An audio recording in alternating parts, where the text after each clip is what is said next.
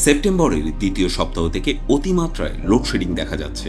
এতে ব্যাহত হচ্ছে জনজীবন, অফিস, কলকারখানার কাজ। শহরের মানুষ কিছুটা স্বস্তিতে থাকলেও গ্রাম অঞ্চলে নাকাল অবস্থা। এর মধ্যে আবার ঢাকা, কুমিল্লা, ময়মনসিংহের গ্রামগুলোতে বেশি লোডশেডিং হচ্ছে। চরম ভোগান্তিতে সাধারণ মানুষ। সেন্টারপিসের আজকের পর্বে আলোচনা করব বাংলাদেশে বিদ্যুৎ সংকট ও লোডশেডিংয়ের কারণগুলো নিয়ে। ডলার ও গ্যাস সংকট। বর্তমানে দেশে বিদ্যুৎ কেন্দ্র আছে ১৪৪টি এবং মোট বিদ্যুৎ উৎপাদন ক্ষমতা প্রায় ২৭,০০০ মেগাওয়াট, কিন্তু চাহিদা ১৭,৮০০ মেগাওয়াট।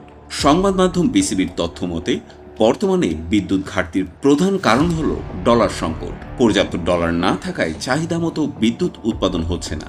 শেখ হাসিনা সরকার গত ১৫ বছরে দেশে একের পর এক বিদ্যুৎ কেন্দ্র নির্মাণ করলেও এর রক্ষণাবেক্ষণের দিকে নজর দেননি। জ্বালানি সরবরাহ নিশ্চিত না করে অপরিকল্পিতভাবে এসব বিদ্যুৎ কেন্দ্র নির্মাণ করা হয়েছে। অনেক ক্ষেত্রে চাহিদাও বিবেচনায় নেওয়া হয়নি। দেশের সবচেয়ে বেশি বিদ্যুৎ আসে গ্যাস ভিত্তিক বিদ্যুৎ কেন্দ্র থেকে, কিন্তু বর্তমানে গ্যাস সংকটের কারণে উৎপাদন বন্ধ আছে। একটি উদাহরণ দেয়া যাক। কক্সবাজারের মহেশখালীতে দুটি ভাসমান এলএনজি টার্মিনালের মাধ্যমে দিনে গ্যাস আসে প্রায় ১১০ কোটি ঘনফুট। সামিটের এনএলজি টার্মিনাল গত ২৭ মে থেকে বন্ধ, ফলে এখন সরবরাহ হচ্ছে ৬০ কোটি ঘনফুট। আদানি গ্রুপের $৮০০ মিলিয়ন বকেয়া। ভারতের আদানি গ্রুপের বিদ্যুৎ কেন্দ্র থেকে সবচেয়ে বেশি বিদ্যুৎ সরবরাহ করা হয় বাংলাদেশে। দিনে ১৫০০ মেগাওয়াট পর্যন্ত বিদ্যুৎ সরবরাহ ছিল, কিন্তু বকেয়া পরিশোধ না করায় এখন ১,০০০ মেগাওয়াট বিদ্যুৎ সরবরাহ করছে তারা। গ্যাস বিল, সরকারি বেসরকারি বিদ্যুৎ কেন্দ্রের বিল, ভারতীয় বিদ্যুৎ কেন্দ্রের বিল সবকিছু মিলিয়ে পিডিবির বকেয়া টাকার পরিমাণ ৩৩,০০০ কোটি টাকা ছাড়িয়ে গেছে। জ্বালানিতে আমদানি নির্ভরতা। আরেকটি গুরুত্বপূর্ণ কারণ হলো জ্বালানিতে শেখ হাসিনা সরকারের বানানো বিদ্যুৎ কেন্দ্রগুলোতে বিদ্যুৎ উৎপাদন করতে গ্যাসের পাশাপাশি তেল ও কয়লার ব্যবহার বেড়েছে। এই জ্বালানির বেশিরভাগই বিদেশ থেকে আমদানি করতে হয়। ২০২২-২৩ সালে জ্বালানি আমদানির জন্য অতিরিক্ত $১৩ বিলিয়ন খরচ হয়, যার প্রভাব পড়ে দেশের রিজার্ভের ওপর। সরবরাহ লাইন সংকট। সর্বশেষ কারণ হলো সরবরাহ লাইন সংকট।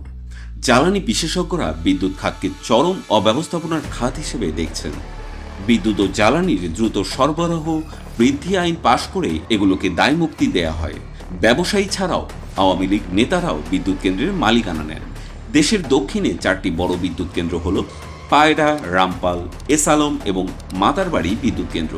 এগুলোর মোট উৎপাদন সক্ষমতা ৫,০০০ মেগাওয়াট, কিন্তু সরবরাহ লাইন না থাকার কারণে এগুলো থেকে বিদ্যুৎ ঢাকার দিকে আনা যাচ্ছে না, অথচ তাদের ক্যাপাসিটি চার্জ পরিশোধ করতে হয়।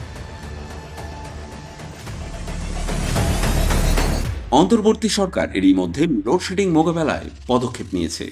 অল্প কিছুদিনের মধ্যেই বিদ্যুৎ পরিস্থিতি স্বাভাবিক হতে পারে বলে আশা করছেন বিদ্যুৎ, জ্বালানি ও খনিজ সম্পদ উপদেষ্টা ডক্টর মোহাম্মদ ফাজুল কবির খান।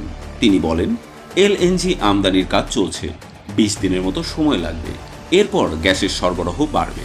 গ্যাস সংকটের কারণে শুধু বিদ্যুৎ না, শিল্প, সার কারখানা সব জায়গায় সমস্যা হচ্ছে। বড়পুকুরিয়া ও রামপাল বিদ্যুৎ কেন্দ্র দ্রুত চালু করার উদ্যোগ নেওয়া হয়েছে।